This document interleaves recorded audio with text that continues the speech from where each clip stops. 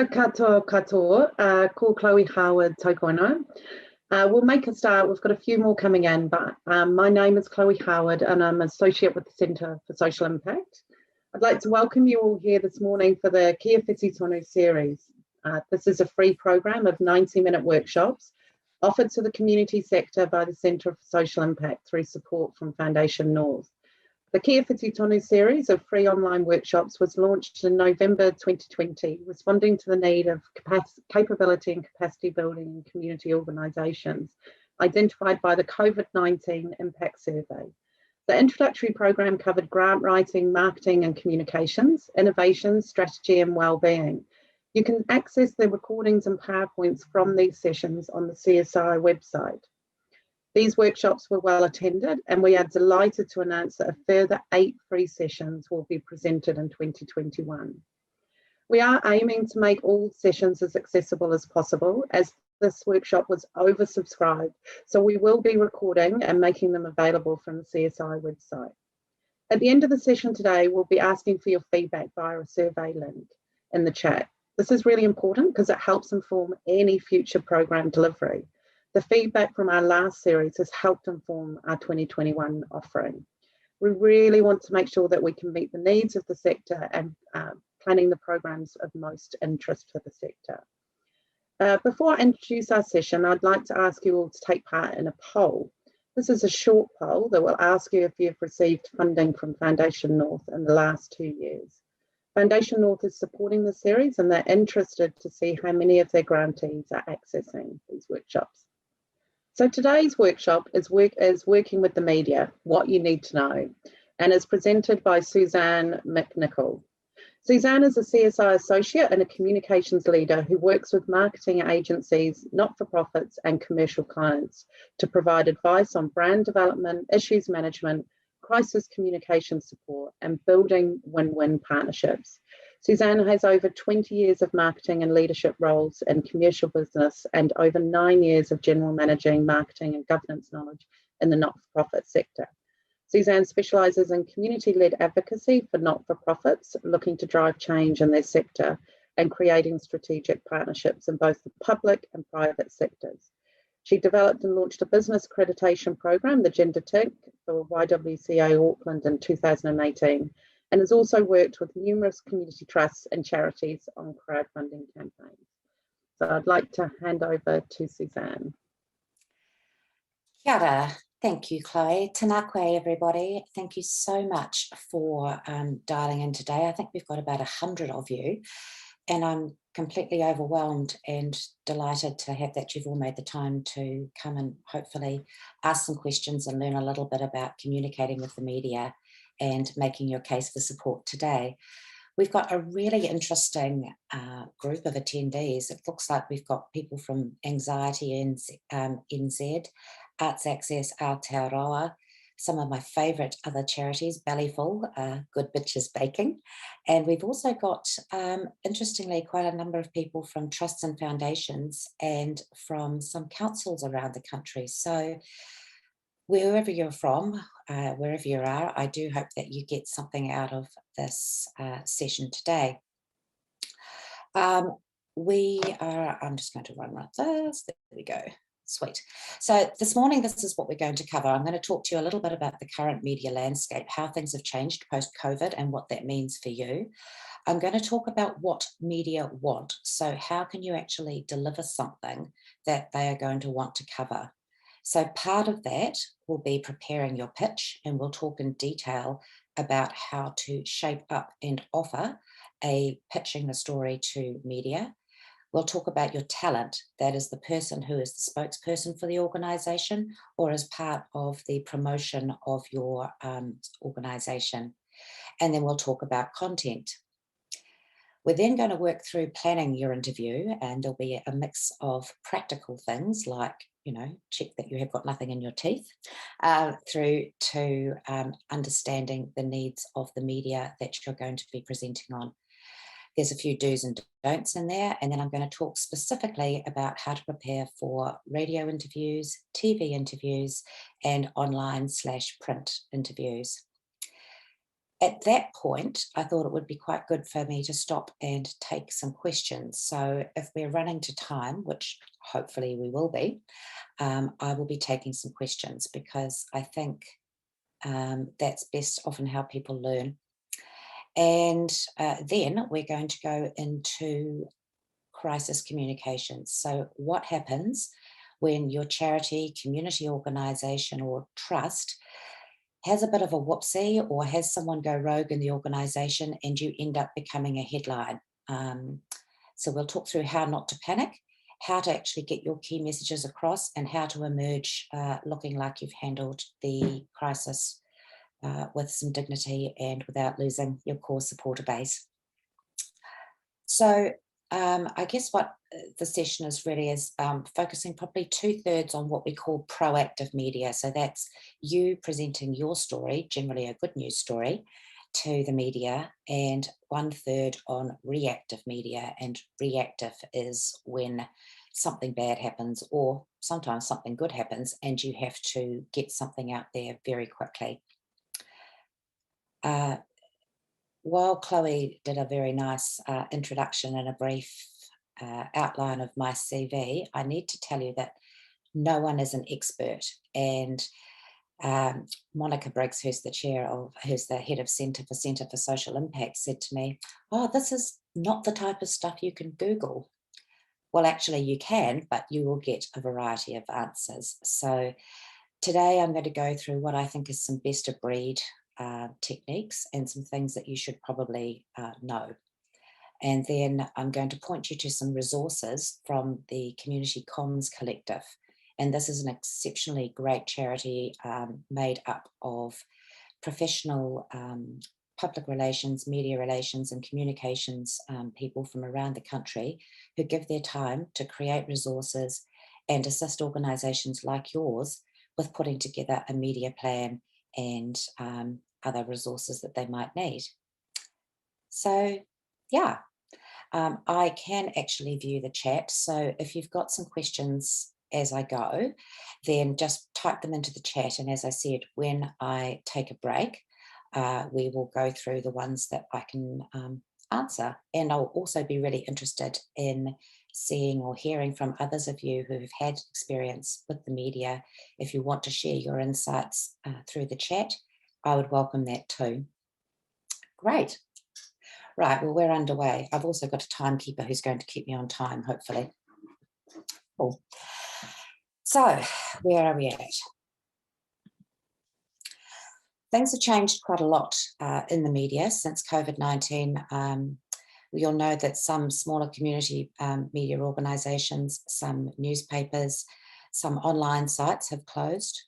Others have reformatted. So if you look at Bauer Media, for example, that was Women's Day, and North and South, Metro Magazine, and a bunch of others, they shed some media to other private purchasers, and then have set up another entity called ARE Media, which stands for Audience Reach and Engagement, and they are now working in that.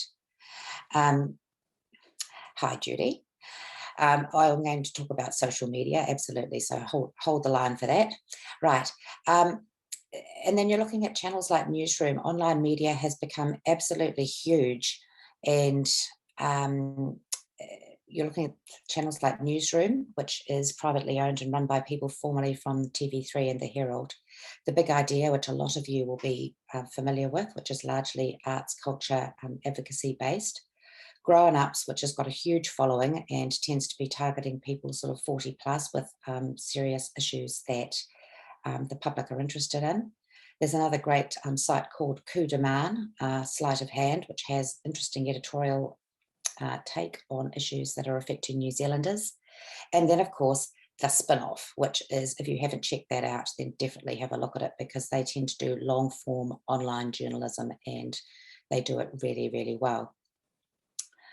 Online channels obviously appeal because people want interactivity, so they want to be able to comment on stories, they want to be able to share them easily, and so online channels are really good for any organisation that wants to get media coverage, because it means you can keep the story going well beyond a publication date or a broadcast date. What we've also seen, I think, particularly with the way that New Zealand has led our handling of COVID-19, is that more and more overseas media outlets are interested in New Zealand events. And that's things, what I call the Jacinda factor. But it's also just because we are now doing and experiencing things like, having a 660 concert for 50,000 people that other people around the world can only dream of. So we will continue, I think, to be a point of focus and a point of interest for global media. When we think about what makes us click on a story, when you see something, whether it's on an online Herald website or if it's on Stuff or if it's on one of your other online sites, often what will make us click on it's what we call clickbait. And I think most of you understand what that is. And so it's something that is a strong hook to draw you into the story. And that's usually why so much work is put into, from the editors, putting a really good headline together. Some of the things I think that people don't understand about media is that these days we're all so busy. And we have got short attention spans because we're all so busy, because we can't turn off anymore, because we are contactable by a mobile, because we are continually getting information fed to us. So the combination of that, those busy lives, and it's causing a short attention span. And what many people don't know is that newspapers, when they write or they produce something, are catering for a reading age of around 11 years old. That's a really important point to remember when you're putting together any kind of proposal or any kind of media pitch. You need to make sure that it is not so technical or so advanced that it can't be explained in common language. In terms of since COVID, obviously, but even before that, we're also seeing the growth of the lifestyle story, the profile story opportunities for real people. So even if you can't necessarily get something out about your charity or about your organisation, you might have an interesting staff member or a chief executive or a board member who would be interesting for a feature like, what would you save if your house is on fire, in the Sunday magazine and Stuff. And those are often quite good because they give you an opportunity to talk generally about you as a person, to mention your cause, and they always tag who the person is and what they're doing. The other thing that's also really popular now in the current media landscape is expert opinion, or what we call op-eds, which are opinion pieces. So that's where you or someone in your organisation pens 500 to 800 words about an issue, submits it with a photo, and hopefully it gets published and picked up by one of the news outlets. Other things that work in that same sort of vein are blogs and social commentary. So a housing trust's take on changes to the rental policy, for example, or changes in legislation, a community health organisation who wants to be able to comment on the changes to the dismantling of the DHBs, someone who works looking after perhaps the farming sector or mental health of farmers would be able to make a really good comment around the funding of the Southland Charity Hospital that is currently in the news. So those are just some of the things that I guess you need to consider when you're looking at the New Zealand media landscape.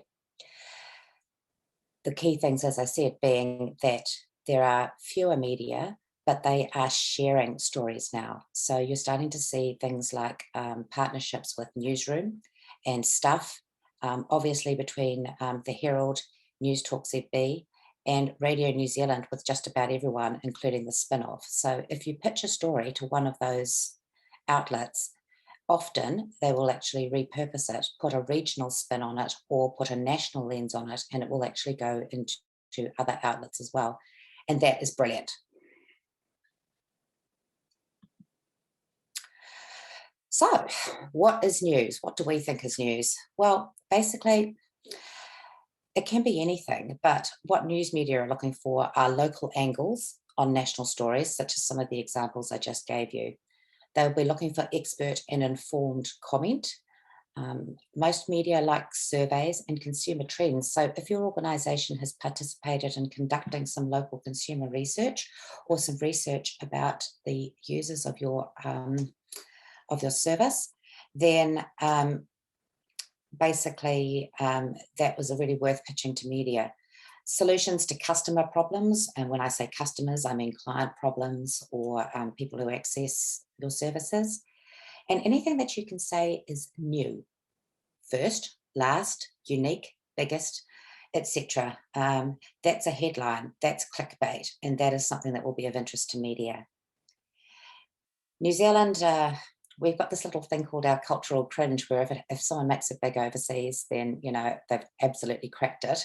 And often we need to hear from other people that we've done well overseas to accept that we're doing well locally. So New Zealand doing well globally for anything, whether it's against testing statistics, whether it's against uptake of a particular service, whether it is reducing infant mortality or alcohol, then that's a really good story and a good angle to pitch.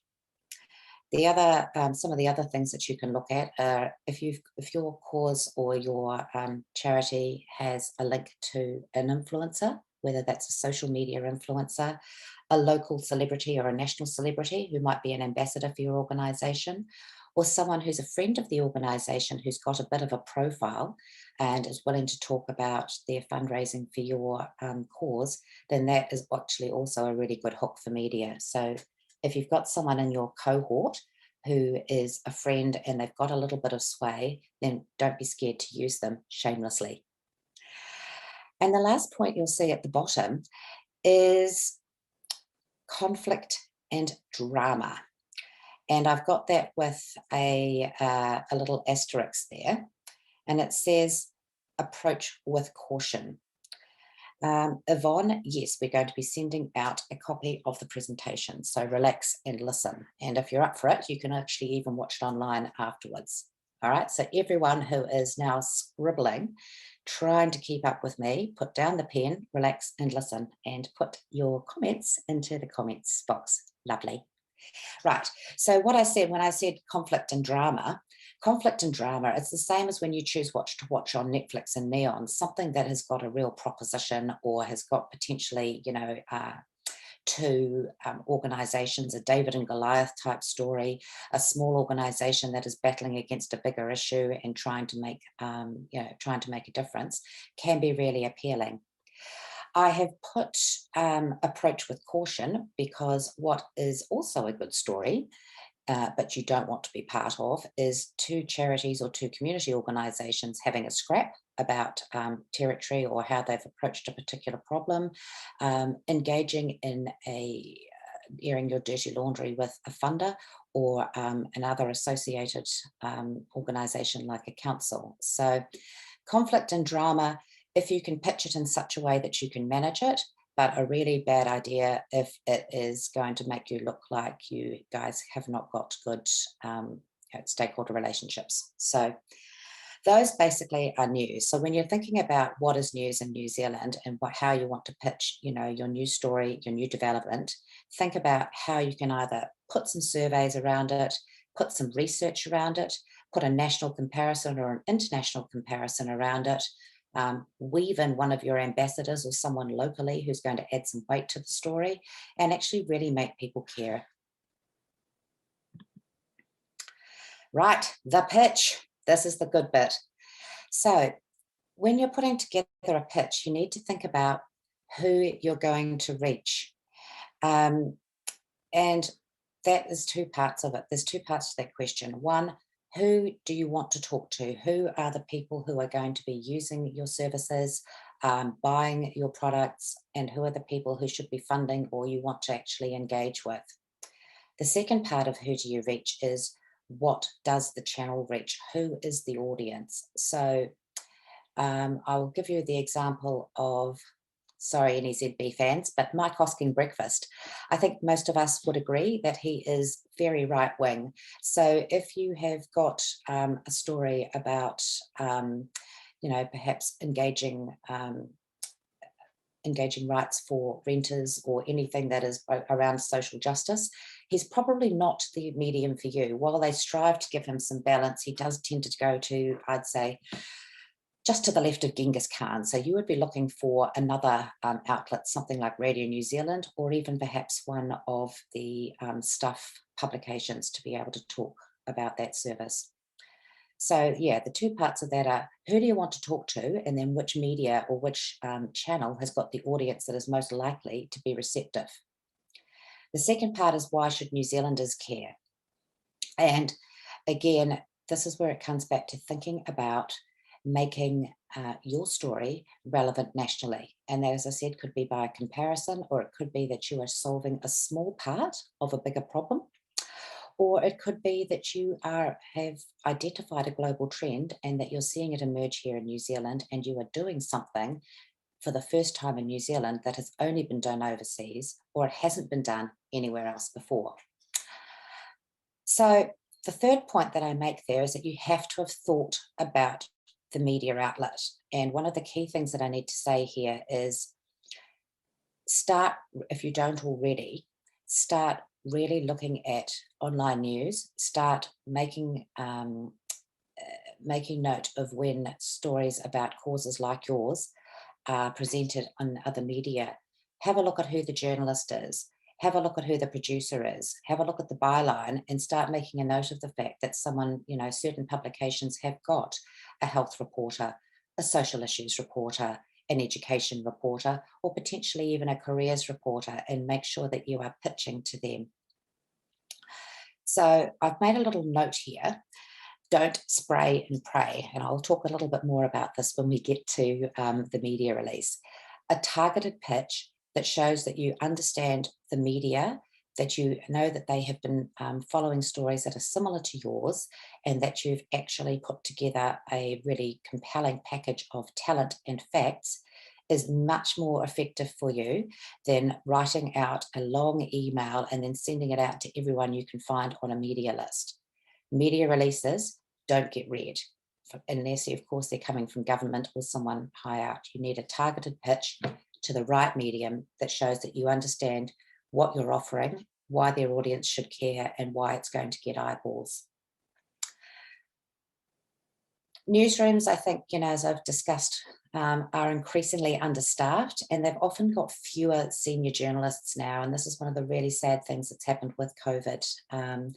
There are no really apprentice schemes anymore. Journalists are graduating and are going into newsrooms, but they're not taking as many of them anymore. In fact, a large number now of people who do communication and broadcasting degrees are actually going straight into communications. So, and rather into newsrooms. So what that means is, like most of your organisations, if you're really busy, the person who makes your job easy, who comes to you with a solution, not a problem, is going to be the person that you'll go, right, I can run that, okay? So you need to keep the pitch concise, you need to avoid jargon, and you don't assume. So you need to actually come back to what I was saying. If an 11-year-old read that, and most 11-year-olds are pretty savvy these days, would they understand who my organisation is, what I want them to care about, and how they can find out more? All right, so put that together.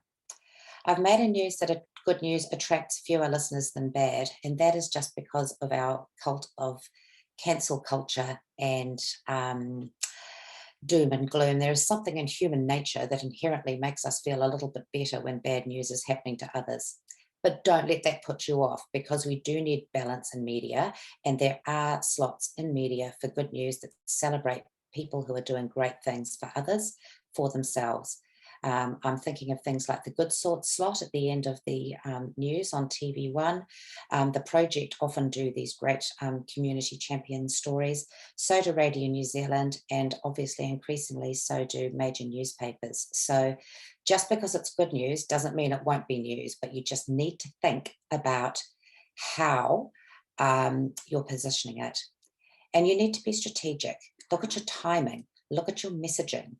If something again has happened globally and you go, well, hang on a sec, we're doing that locally and no one's talked about us, put those two things together, get on the phone or write out your pitch and say, hey, we've got a local angle on this and I think it's going to be interesting to your listeners or to your viewers or your readers. because.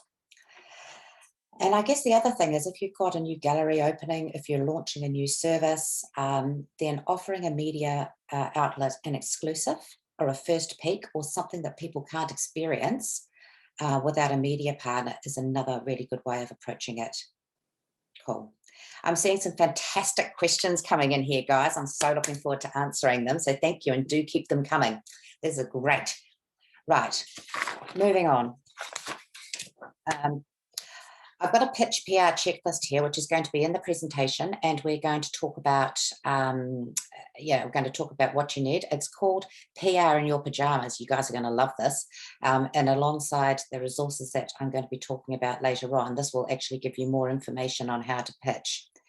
But if you remember what I said, don't assume, keep it concise, think about what would make you click on this, and don't be scared to put a hook together. Then I think that's a really good basis for your pitch. Don't spray and pray. Don't send a media release. Think about who's reading it and why should they care. Or I guess the summary is, what am I trying to say? And so what? If you can answer those two questions and put that into your descriptor or your pitch email, then you're on a good track. Storytelling via the media. Right. So basically, this is the process of combining facts and narrative to communicate a message and an emotion to a target audience. And what you want to be able to do with your media pitch is to close that knowledge gap between supporters, potential supporters, the general public, and your organisation. So I've put up a couple of things here. I'm just moving the chat panel because it's in my view. Here we've got 19, which is a lovely campaign that Kids Can ran last year around COVID-19. And they asked people to give $19 to actually help provide food, clothing, and support to families in need. This was really an effective campaign because it took the phenomenon or the virus that we were all fearing and gave us the opportunity as the public to do something to help. It was timely, they turned it around quickly, and they smashed their target of around 3.5 million in something like 9 days, I think. So that was really important. Another really good example is Safe Night, which has been done by Women's Refuge. And this, again, allows people to gift $20 to give one woman one safe night. This is a really powerful campaign because it tells you what the problem is, and it gives you a stat. 160 women every night need a safe place to escape to. What can I do about it? I can't help 160 women. Well, no, you can't, but you can help one, and all you need to do is give $20. So this is a story that's actually had some really good coverage as well, and some good traction because they've summarized the problem, they've showed us how they can help, and it's pretty compelling. I'm loving these questions, they're so good. So I'm just going to keep up with my notes. Yeah. Okay, cool. There's a bit of an old adage here that facts tell, stories sell, and I think you need to remember that, but not to the exclusion of each other. Putting in some really good statistics, putting in a human element, and choosing someone who is the right face for your organisation, whether they represent the organisation, whether they are positively impacted by the organisation, or whether they fund and support the organisation is really important. I've got some great questions. Right, so I'm just going to talk about Chris. I'm going to go rogue here. Don't yell, Chloe. Chris has said, do we need to think about why we want to tell our story in the media? Is it to inform the public? Yeah, absolutely. Just because we can do it doesn't mean we should. And I'm going to talk a little bit more about this in reactive comms. But thank you for keeping that going. Right, talent and tactics. Choosing your spokesperson. Right, so the first thing is they need to be someone ideally who's benefiting from or delivering your service. So if you are working with at-risk youth who are perhaps NEET, not in education, employment or training, then obviously you need to be able to find one or two of those people who have been part of your program who can talk to how that program has impacted and changed their life. it's really important to make sure that that person and anybody else that you choose to interview or to put up for an interview has got a connection with your community and will resonate with the audience. So again, a good example is if a charity or a community organisation has launched something new that is really making a difference with the, let's say, a housing issue or closing the equity gap. Sometimes a good spokesperson, if you were offered an opportunity or you were pitched onto a hardline news media, is to put a board member up, because they are going to have good messaging, they're going to have credibility, and they might be able to say why strategically the organisation has chosen to step into the space.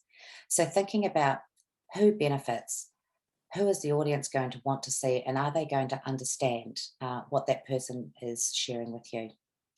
Now, obviously, this person needs to be comfortable under pressure, and that's not because interviews go out of their way to make it hard, but being able to talk to people, even people you can't see, like I'm talking to you guys now, actually takes, I guess, a certain skill set. It's not that I'm not nervous, of course I am, but I know that hopefully you're interested in what I want to say. So that's going to give me the confidence to keep talking. We'll see. So your person needs to be comfortable under pressure. They need to be well briefed, all right? So you need to have put that work into what your key messages are, what are the facts that support this, who is going to benefit, and what you want people to do. You need someone who won't go rogue and deviate from your main messages, so they need to stay on topic, which means that, you know, generally most good organizations choose one person as their spokesperson, and then they give them a practice by putting them up repeatedly for interviews, because as someone once said to me, you only learn good judgment by making bad judgment. So finally, with your talent, they want to be able to use strong language rather than, oh, it could be this, here's what we know, and compelling examples that your community and that the media will actually grab. Looking I made a note here, serve it up on a plate, all right? So again, this is coming back to what I talked about. Provide statistics and global comparisons, national data, have a look at what that the government is claiming are their performance in key areas. Arrange good images, or arrange an interview, whoops, one backwards, sorry guys, there we go, or an interview location that is going to be really compelling. If it's a community youth centre, if it's a homeless shelter or a refuge, make sure that you've got the opportunity to do filming there, or somewhere that is actually going to provide good sound and vision. You obviously need to brief your talent and prep them for interview. You need to provide quotes. And actually, one of the things you should be able to do is you offer to fact check the story as well. Then finally, the key thing is, how can the public come and become involved? What do you want them to do?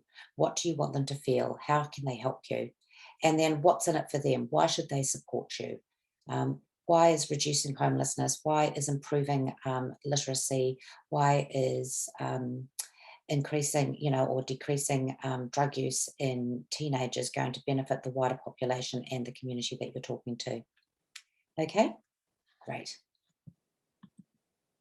Right, planning and prep for your interview. There's several things here. You need to know what your 3 key points are, because the reality is, if it's a live interview, you've got very short amount of time to talk, and you need to get those 3 key points across. You need to know who the audience is. Again, understand who it is you're talking to, either by researching the media or actually having a conversation with the journalist that is going to be interviewing you about who listens to that program or who is the typical reader of that publication. Plan for the worst, meaning, okay, you need to have thought of some devil's advocate questions and you need to be ready to answer those. So there's already somebody else that's tried this in your area. That didn't work. Why is yours going to be different?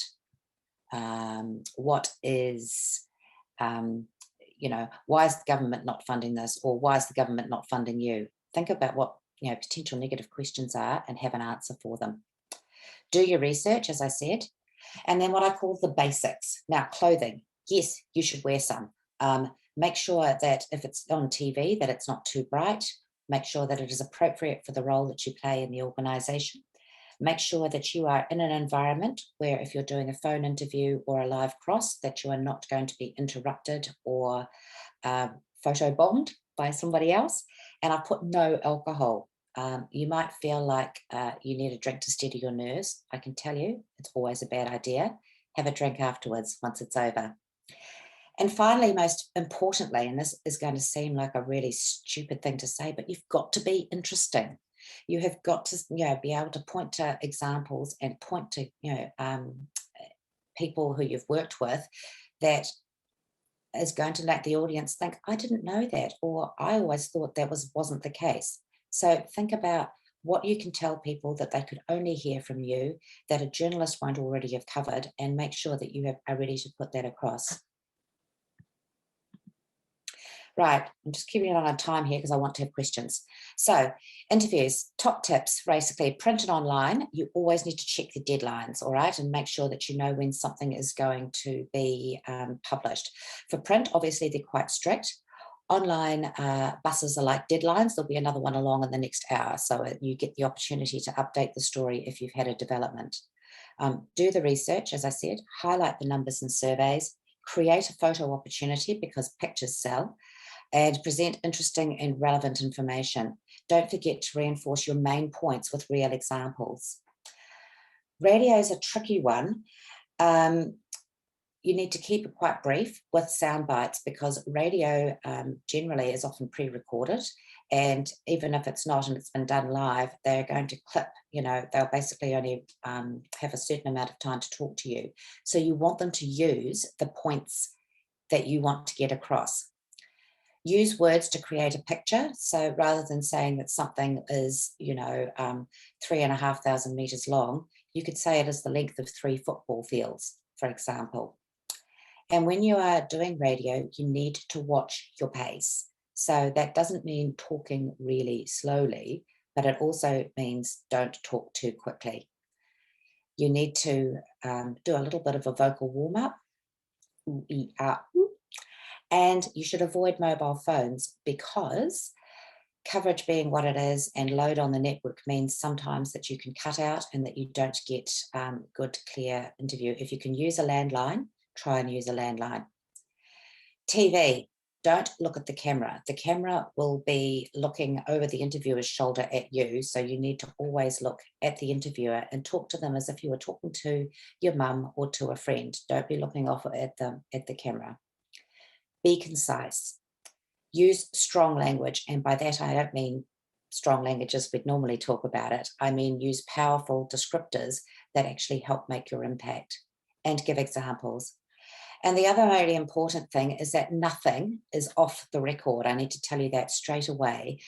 When they're miking you up to do an interview, when they're asking you some casual questions or getting a level for TV, when you're chatting on the phone to someone about an interview, everything you say can potentially be used in an interview. So be very careful in terms of what you say. Right, do's and don'ts.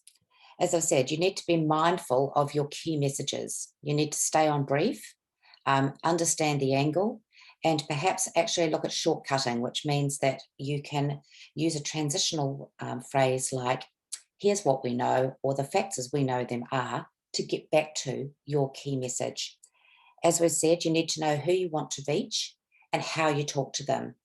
Use anecdotes and stories, not just statistics. And I've used here analogies, similes, and sound bites. What is a sound bite, Janine? Good question. A sound bite is something pithy. So, for example, when you talk about, if you wanted to say that something's not meeting a need, you could say it's like trying to fill the bath with the drain open. Mark Twain once said that it takes about a week to create a good soundbite. It is.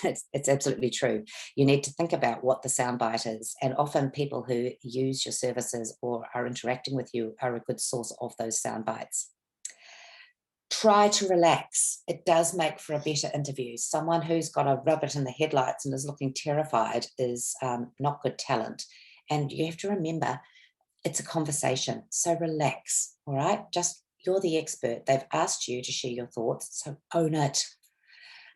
Avoid waffling. Know when to end your answer, and that is when you've actually, having good key messages will help you do that.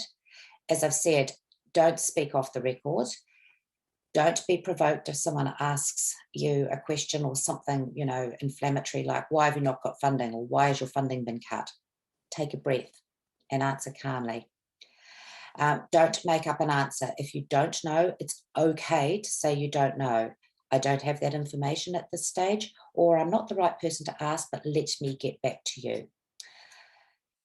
Repeating negative statements is not good. So again, we haven't received government funding because, or our funding was cut because, that will become the promo soundbite. So never repeat back a negative statement that a journalist has said to you. Jargon and technology speak, again, if your mum won't understand it or an 11-year-old won't understand it, it should not be in the sentence or in the soundbite that you're crafting. And again, addressing hypotheticals. What would you do if 50% of your funding was cut tomorrow? You might have an idea, but sometimes that way lies danger. It's often better to say, we don't deal in hypotheticals, we deal with the needs of the community as they are now, and at this stage, we can only afford to do this much with the amount of funding that we've got. Right. This, I think, is a good point for questions. So let's go. Oh, so many. Right. Okay, media and social media. Julie, yes, all media outlets now have strong social media. And so basically when you are putting together your pitch, they will be, if they want to use your story as part of their social media promotion of their channel, then you do need to think about how that's going to be presented. So having a good image, having, good followers, and having your own networks that you can share and promote a story is important. Right, Lords, am I being popular with the media because of the problem I have with the charity? And I believe it leads to the charity. I'm not sure about that. There might have to be one we do afterwards.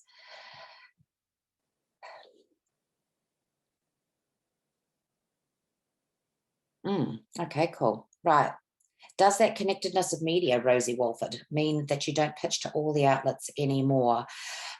Yes and no. What you need to do is to say, right, here's a radio story for Radio New Zealand, but actually we feel like it's something that would work with Stuff as well. So when you actually talk to someone at Stuff, you could actually say, look, we've put something together for Radio New Zealand. There's going to be an interview. And if they know that you've actually have provided other content for other media, that's when it can actually become a fuller story. And actually pitching to all the outlets is, again, about being targeted.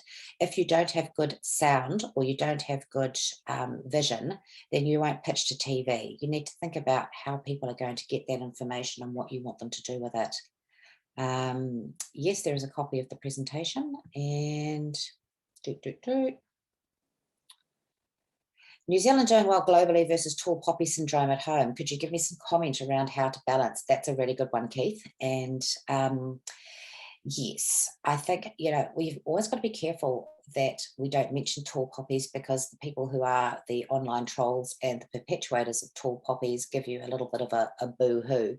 I think you can address that and actually say, look, by anyone's measure, we are doing well. For a country of 5 million people, we've got this amount of incidents. These are the number of people we've impacted. I think it's okay for us to take some pride in what we're doing with these resources. Similar sized countries, or another country like Sweden, for example, has taken 15 years to get to where we got to in 6 months. Carolyn Bates, you say concise. Can you quantify, e.g. 200 words is what we can get into our local free paper at no charge? Yes, then 200 words is what you need to provide, Carolyn, and you need to actually make sure that every one of those 200 words counts. So what do you want people to do? When is the date? Who is the contact person? Put an email in. If the URL or that is part of that, then make sure that every one of those 200 words counts. Rose says, media releases, they can come across quite boring. Yes, that is because generally they are. That is one-way transmission of you thinking about, that's something you've said is interesting. Rather than a media release, think about a media advisory, or think about, and the difference, in case you're wondering, is this is something interesting that's happening. Here's a paragraph, and if you'd like to find out more, this is how we can talk, this is how you can find out more. Here's my contact details. Here's a link to some photos. Here is another person who can be interviewed. Right. God, I'm having issues with this. Sorry, Chloe. Can you elaborate on how media releases don't get read? I think I've covered that, but there's also some really good resources in the Community Comms Collective about how to put together a media engagement pack.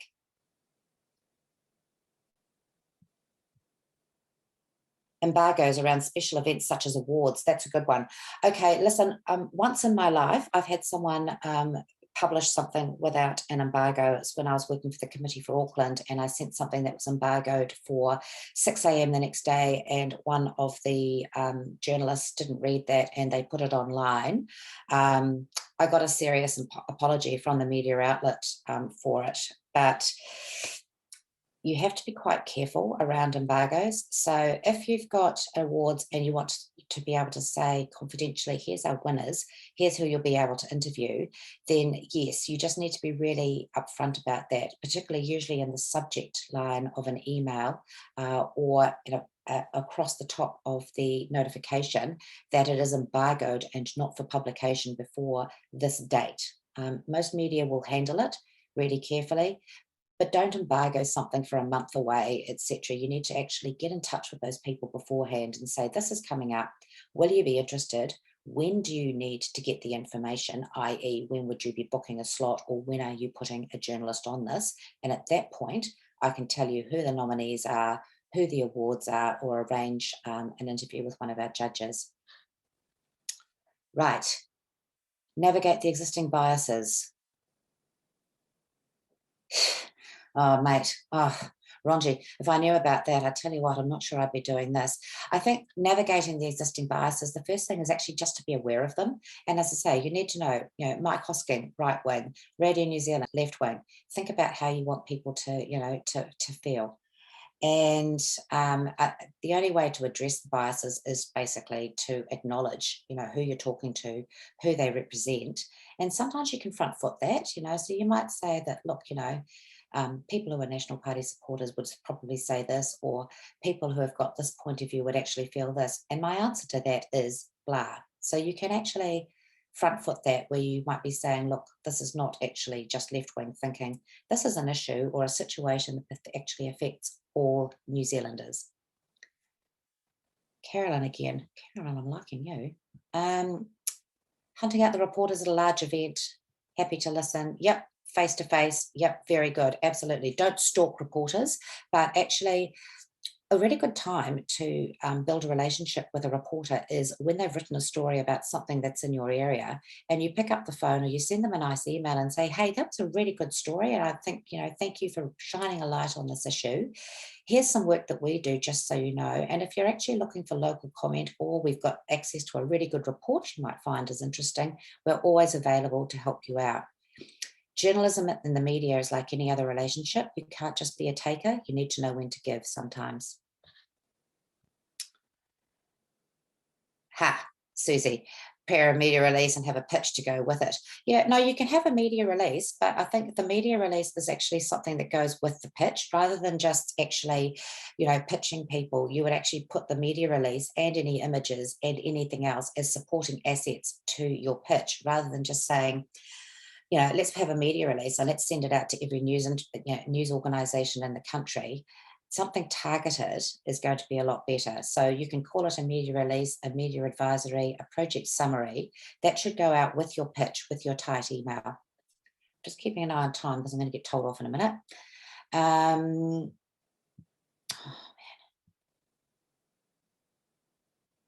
man. Yeah, this is good. Be interesting is the one that makes me too nervous. Right, okay, cool.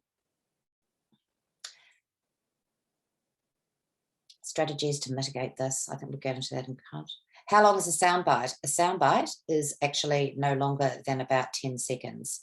So it needs to be, as I said, really pithy and really simple.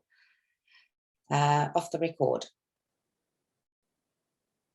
Yeah, well, yeah. I mean, as I say, off the record is at your peril. I just think that sometimes, I've been burned by it before, and journalists are increasingly competing for to keep their jobs and to keep and to get stories. So you just need to be careful. Yes, you can take notes, but be very careful with notes. I think if you're doing a phone interview, notes are fine, but you need to be careful to make sure that you don't sound like you're reading. That sounds very boring and not animated and makes for a bad interview. I actually recommend that you have talking points or bullet points, because if you know those, then you're more likely to talk candidly and to talk in a more relaxed conversation rather than reading from a prepared statement that was how you thought you should answer the question. So I hope that makes sense. Cool. Oh, here we go. Not-for-profit NZ chat. Thank you, Carolyn. That is awesome. How do I start making contacts with different media? Basically,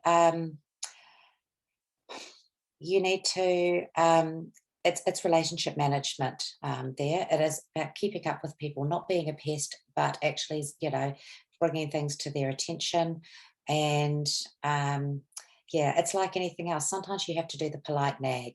So it's about building a relationship, seeing how you can help them, inviting them to things, and actually, as I say, understanding what journalists are covering, what is interesting for that publication or for that media outlet, and making sure that you can deliver on that. So it's like Tinder, really. Not that I'm on Tinder, but it's sort of like that. You want them to swipe right.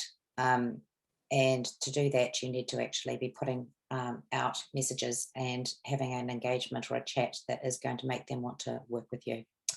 Cool. Right. I'm really mindful of time. So I'm going to flick into crisis communications now. And basically, I think we've all been in that situation where something has happened, someone has leaked something, someone has said something terrible about your organisation, someone might have had a bad experience with your organisation and decided rather than taking it to you that they're going to complain to the media because it's a good story. So things around the Me Too movement, Black Lives Matter, any other kind of global trends often mean the media are looking for examples of similar issues here in New Zealand. And that is where sometimes organisations can find themselves in the firing line. So I think the important thing to know, the important thing to understand is that when a journalist rings, do not panic, all right? You need to buy yourself an hour, and that is what we call stall but call. So I get a phone call from Monica Briggs from the NZ Herald, and she says, right, I've just received information from 3 people who used your service last week that say that they haven't received tax receipts and that actually you are not a charitable organisation. Just say, look, hey, nice to hear from you. I'm in a meeting right now. I promise you I'll call you back. And then take their number and then do it. And then what you're going to use that time is to work out basically what they've got, what the facts are of the story, and whether or not you want to give an interview. All right. So at the end of that hour, you're either going to ring them back and say, yes, I'm happy to comment, and this is how and when we will comment, or you are going to issue a holding statement and say, look, we don't have the facts of the matter at this stage, but this is what we know. Please keep in touch, or we will keep in touch when we know more. All right. So journalists, 99% of the time, don't get someone who is on the end of the phone saying, oh, yeah, absolutely. Yeah, we've heard about that. Oh, yes, and we know this. They are actually used to people saying, oh, I don't know. Let me look into that and call you back. So you use that time, as I said, to make sure you know where they're calling from. Ask them what the deadline is for the story, and don't be worried if it's online, because as I said, those deadlines are very flexible. And find out perhaps where they got the information from. If they volunteer it, and if you can, find out who else they're talking to. If they're talking to a competitor organisation or to a funder, that's useful information to you, because that is going to shape your response. Right, now, know the media protocols for your organisation. I think if I did a quick poll right now, I would say maybe 40% of these organisations don't have media protocols. So I'm going to explain what that is for those of you that don't know. Larger charities and organisations have something called a business continuity plan, and that usually includes media protocols, which means that you understand who is authorised to talk to the media. It might only be the chief executive, it might only be the communications manager, it might only be the program manager.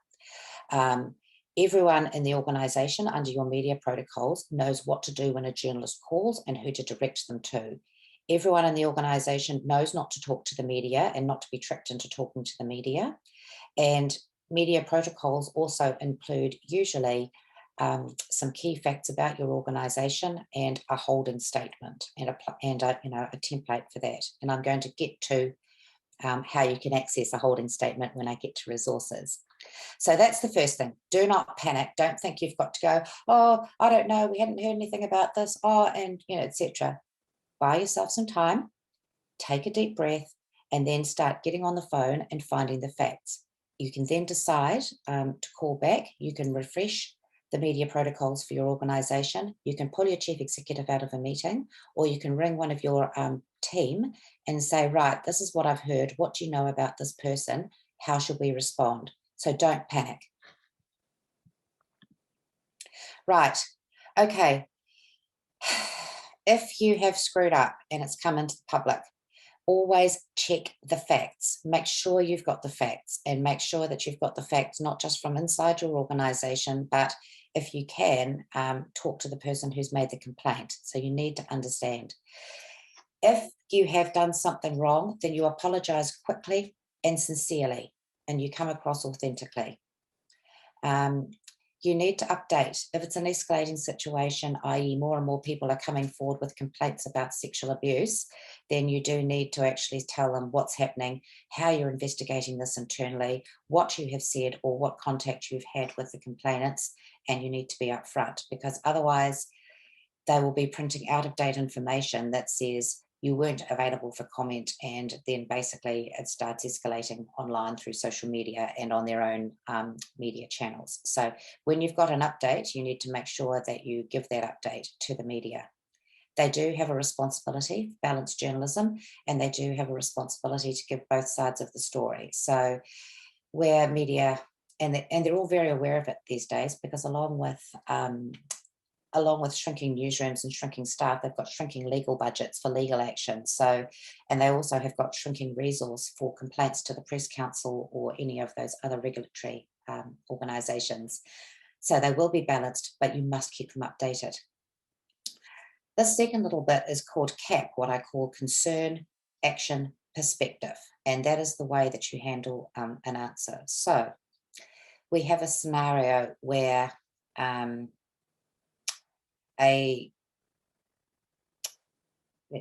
have a scenario where a number of people were turned away from a shelter at night, and they basically set up beds outside private businesses, and the businesses were complaining and the community was complaining. A media outlet rings up the homeless shelter and says, you guys are getting all this funding, you're not fit for purpose, well, how has this happened, etc. The concern. I can understand why some businesses have been concerned about this, or why the public are concerned about this. We have taken an action, or rather we have made sure now that we have got an overflow facility, and that everyone that we work with in the community knows how to access our services. Perspective. This is the first time that's actually happened in our 20 years of operating, or only the second time that we operated, and we're pretty sure that this won't happen again. So that's, if you can remember the CAP principles, address the concern. Briefly summarise what you've done to address it, and then put it in perspective, all right? So, if you can say, look, we're a charity of 8 staff and we're servicing a user base of, 200 or 300 people every night, then people understand and they can put it together. And then demonstrate. You need to say why this situation can't happen again, or if it's likely to happen again, then you need to say this is what we've put in place, and we believe that we'll be able to manage it a lot better next time, because now we know what we're dealing with. we've got the opportunity to partner with other organisations, we're going to get additional funding, we're going to do staggered shifts or whatever it is, but make sure that you have communicated clearly what you are doing. Right. Managing negative questions. We've talked a little bit about this, and this has come through in the chat as well, actually, about how do you handle bias, how do you handle an aggressive interviewer, and what do you need to do. So as I've said, you never say no comment. It makes you look defensive and basically not authentic. So you need to avoid that. No comment is nothing. It's not something that should ever be used. It makes you appear defensive. If you have to say no comment, you have to say, look, I've got no comment at this stage because I haven't had a chance to investigate, or I can't comment because I haven't actually heard from the people who were affected. So if you're saying that, make sure there's a really good reason to say why you can't comment. Don't comment on rumour or speculation. You do need to check first and actually say, and that again comes back to the stall but call. Make sure you've had the time to get the facts together and to say, look, I'm going to check on that. I'm going to get back to you. All right. So that's really important. I think one of the other thing is a bridging statement. And for those of you that don't know what a bridging statement is, it's when someone says, well, basically you're not fit for purpose, or you've taken all this money and you haven't delivered. A bridging statement is that's not the case, or here's what we know, or here's what we've been hearing from our members. It's important to remember that and then get back to the key point around the service you provide, the situation as you understand it, and how you're planning to address it. I've talked a little bit here about a partial concession. So a partial concession is something like, I can understand why people would think that, however, and you go to the fact. Or some people might say that, but the reality is blah. Or that is one perspective, but here's what we know. All right. So a partial concession is saying, right, that's an issue. You've raised it, but the reality is this. And you transition back into the key messages. This is what we did. This is the number of people that were affected. This is why it won't happen again. All right. And you need to stay positive. So avoid starting an answer with no, because again, it can be what ends up in a soundbite. So yes, I can understand their concern, or yes, it's not a desirable situation, but we've learned from this, and this means that we can improve our service further. So as I said, if you need to, use a bridging statement or use a partial concession to turn a negative approach from a journalist back into something, your key messages that you can return on. Right. So again, here's some other little bridging statements.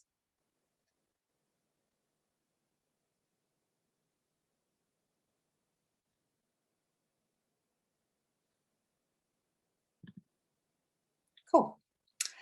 Right. And here's something that, I want to close on. First is you have to respond promptly. So as I said, stall but call. If a journalist rings you up proactively going, oh, I'm doing a bigger story on Black Lives Matter, or I'm doing a bigger story on water rights or environmental causes, and I want to know what your charity does or what your organisation does, regionally, make sure you respond promptly, all right?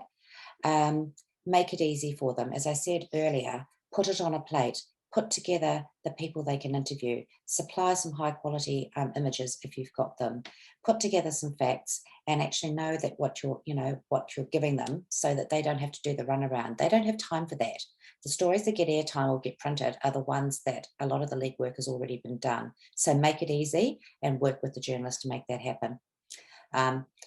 Knowing your case for support and knowing the key messages about who you are, what you do, and the difference you're making is just good communications, whether you're doing a funding application, whether you're making a presentation, whether you're updating your Facebook page, or whether you're pitching media. So actually a strong case for support and good key messages about who you are and the difference you make are really vital for media. As I've said, get great talent, make sure you've got the right talent, make sure they're appropriate for the story. If it's a good news story, a bad news story, for the media and whatever bias they might have, and for the medium, i.e. this person isn't going to come across well on TV because they've got a nervous shake, for example. Pitch appropriately for the medium. As I've said, TV needs sound and vision. If you haven't got good sound and vision, don't pitch TV, they won't do it. If you've got a really good, strong print story, or you think it's actually got the opportunity to go into leagues for a series, then perhaps pitch it to an online outlet like the Spin-Off or Newsroom, who might share it with a partner publication such as Stuck, and they might actually serialize that. Remember, what do I want people to know? Why do people care? So what?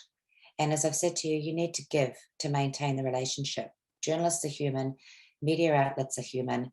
They need to know how you can help them make news, how you can help them share great stories, and how you can help them get the facts right. So building relationships with media, or key people, is really important. Make time once a month to do something to keep your media engagement up. You will see here that I've got a nice little logo here from the Community Comms Collective. Now, these people are absolutely awesome, and their web address is communitycomms, one word, .org.nz. Now, on this website, you will find all sorts of tips and tricks, from how to do a media pitch, how to do a holding statement. You can also download an up-to-date media database for New Zealand media. You can download coaching briefs for talent. You can download all sorts of things here. So rather than me putting a whole lot of stuff out, I've actually chosen to direct you to this incredible resource of highly skilled professional communications and media people who give their time to help organisations like yours. And I think, it's well worth a look. And I think, that's definitely worth, it's definitely worth a go. So with that, I'm going to answer some questions. And I've got about, goodness me, I managed to finish a bit early. I've got about 10 minutes or so to do that. So if you've got questions, then please put them through.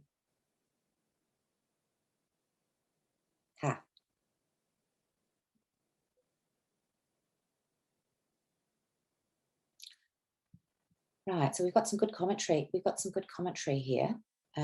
We've got, how do I start making contacts with different media? Angela, just pick up the phone, give them a call, have a look at the bylines, download a media list, and that will tell you what their naming protocols are. So if the journalist is Suzanne McNicol, and you've got, and I'm writing for the Herald, you'll know that the naming protocol is first name dot last name at nzherald.co.nz, so you can email just about anyone. Same for Stuff. Pick up the phone, give them a call. Always when you actually do ring someone, like you would if you were talking to any other business owner or any other contact, make sure that they've actually got time to talk, and just say, look, hey, I'm ringing because I've read your story. I thought it was really good. I've got some other stuff I'd like to add. Is now a good time to talk? No, it's not. Do you have time for a coffee next week so we can actually talk to you a little bit about what we do? I've got a report that you might be interested in having on hand for future stories in this area. All right, so tell them what you want to talk about, demonstrate how you can add value, and build that relationship so that when they're next covering something that is relevant to your cause or to your organisation, you will be top of mind and you will be asked to comment. Yep. Rosie, how do you come up with new compelling frame for your narrative if the audience holds a different set of understandings? That's a really, really good question. And actually, that actually goes more into, I think, storytelling. So thinking about, if you're thinking about that, there's some negative perceptions about either the problem that you solve or the sphere in which you operate or the way your organisation operates, then generally what I find is it's good to write all of those things down, and then you actually need to write down your rebuttal points. And often that's actually a really good thing to do as a brainstorm, to say, right, what's the negative of that? How would we address that? What's the reality? So people think that we only work with old people. The reality is that, 30% of the people who come to us for support with dementia are actually over 40, for example. I'm just making this up. So using facts and using people and using real stories to change perception is how you actually change perception. And that's actually a really key consideration when you choose who you're going to present. So let's say it was someone who's suffering with early onset dementia. Putting a 30-year-old up is actually going to be, or a 40-year-old up is going to be quite confronting, but it will be topical, and it will actually shape people's perceptions about what dementia is, who's affected, and when people need to get help, and then gives you the opportunity to say how you can help. Caroline, talking points. Yeah, talking points. Use bullet points, because scripts are bad, and also as part of your preparation for a speech or for an interview or for anything else, I always say to people, if you use talking points and then you understand how to pivot to those, or how to, cascade information from those, you will talk much more naturally. So talking points are good to have. Caroline, funding. I'm thinking a media release could be useful for funding applications. I think what's useful for funding applications is a really good case for support, something that is what we call a boilerplate in communications. That is one paragraph that says who your organisation is, how long it's been going, who it serves, i.e. what region, how it's funded, if that is relevant, and the difference that it makes, So having that really good boilerplate or that good case for support is really good for funding applications. What is also good for funding applications is if you have had media coverage, positive media coverage, being able to attach printouts of the article, links to the article, anything like that is good. So if you've got positive coverage, then absolutely use it, because funders want to know that not only that you're making a difference, but that people know that you're making a difference. So don't be scared to share your own good news when you're successful. Rosie, how do you decline to speak if that's what seems best? This organisation refused to comment. Always sounds terrible. Yes, it does. Again, that comes back to, look, we don't have all the facts, and we'll be happy to talk to you at this stage, or this is confidential information, or we can't comment on individual staff contracts because that's an employment matter, So you need to have a reason for why you're going to decline to speak. And if you don't have a reason for why you're going to decline to speak, then you actually need to think about whether you should be speaking or not. Does your public who fund you, does your community deserve a better answer than that? Remember, you don't have to speak straight away. You can buy yourself some time and think about whether you should speak and get the facts. Keith, can you point me at a simple BCP and media policy procedure? No, but you could probably Google one. Let me actually put that down. And if you like, I will stick it in with the, I'll update the slides, and I might put that into the slide notes for this presentation. So hopefully Amy will remind me.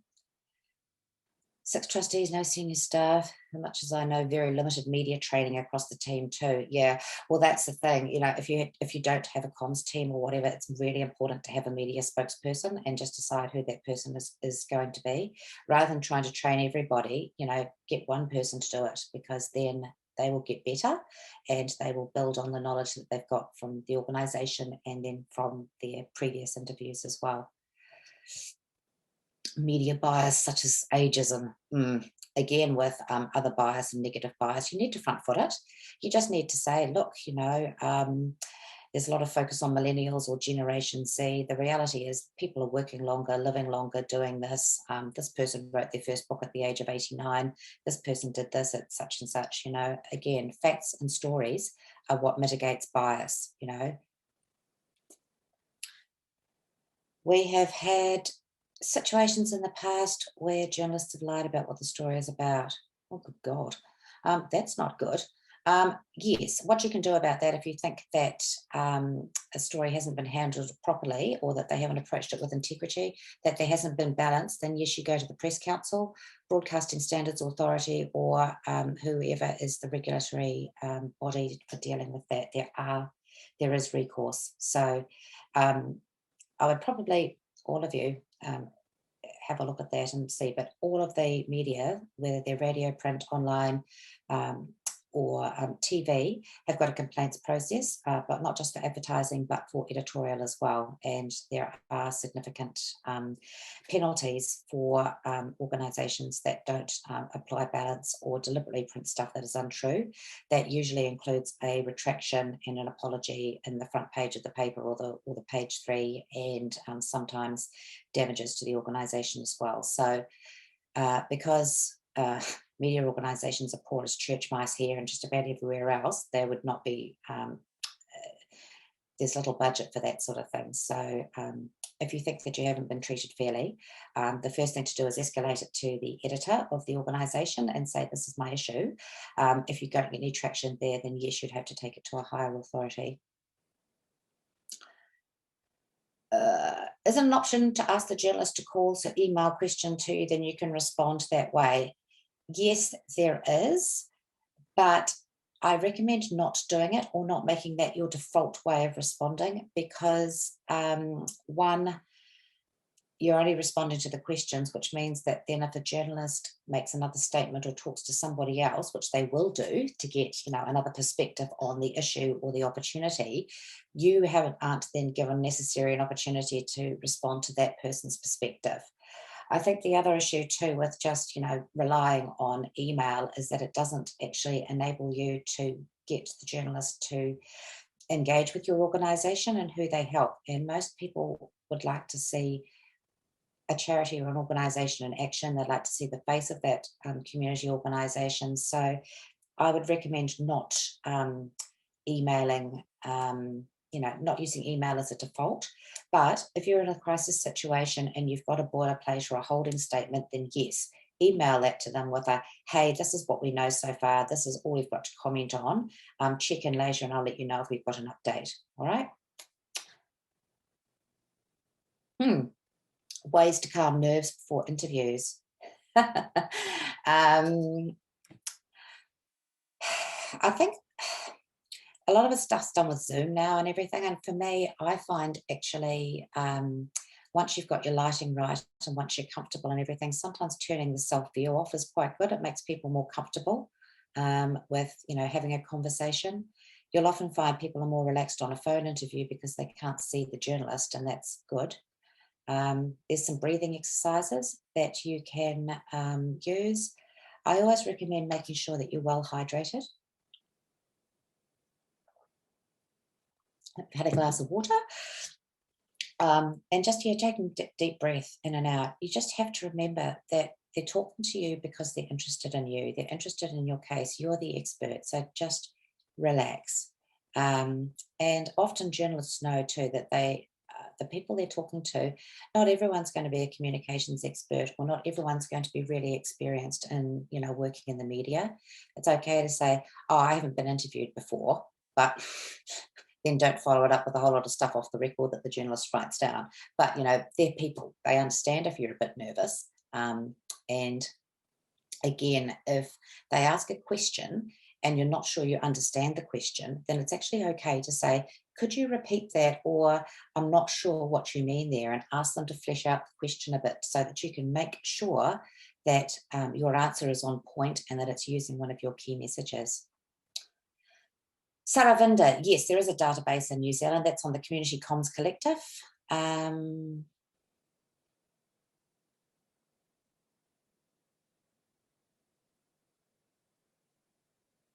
Okay. Granting organisation that likes to share the news of who they've granted to.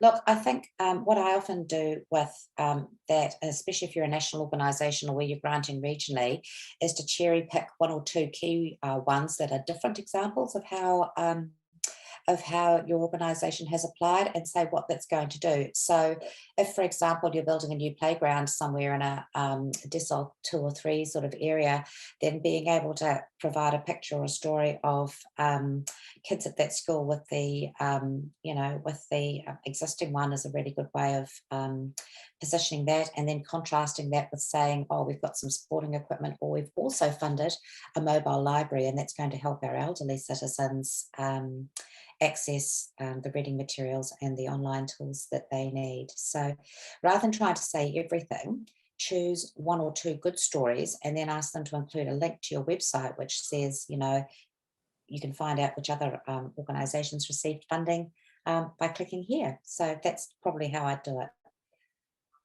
Can you talk to LinkedIn and perhaps trade me as promotional channels? LinkedIn is absolutely really good. I think if you've got a strong professional network and you've got a really good spokesperson or chair, then putting together a LinkedIn article that you can share through your own channels and your partner networks and your followers is a really good thing to do. Trade me, yes, if you've got a very good charity auction or something that's really cool, like you've got Sir Edmund Hillary's first handkerchief or something, and you know that Trade Me are going to promo it, then letting a media know that you've got this Trade Me auction coming up is really good. Always make sure that you do work with them, because they've got a very good media team, and they've got several radio stations and places that they liaise with and often say, you know, cute thing of the week, weird thing of the week, best story of the week is this. So if you're doing that, then do. Ross has had technical problems. Right. I sort of feel like that is it. At this point, I am going to hand over to Aggie, who's going to ask you to do a little survey. You can, you can contact me. I'm on the CSI page. We will be putting this presentation out to you, and I very, very strongly recommend looking at the Community Comms Collective. They have got brilliant resources. Thank you all of you too who've shared your own experiences, and particularly around nervous exercises, box breathing, and all of that stuff. And my closing words are thank you for taking time this morning. It's been really lovely to answer your questions, and be brave, get out there. You've got great stories, go and tell them. Thank you. Ka kite anō. Closing, just wanted to say thanks to Suzanne, and thanks to everyone for coming and giving up an hour and a half of your time this morning. Urge you to go to the survey link. It really helps inform future sessions, and it really helps us ensure that we're delivering a program that meets everyone's needs. And also keep an eye on the CSI website. We will be hosting more webinars this coming year, particularly looking around evaluation, collaboration, digital storytelling, and also governance. And following this session, as Suzanne has said, everyone will receive an email, and it will have a link to the CSI website where a copy of the PowerPoint with some updated links in it for you and resources alongside the recording will be available. So just in closing, thanks everyone for coming along. Thanks Suzanne for an excellent session. That was really helpful. I've tried some of those breathing techniques, so that's awesome. But thanks all. That's it for us.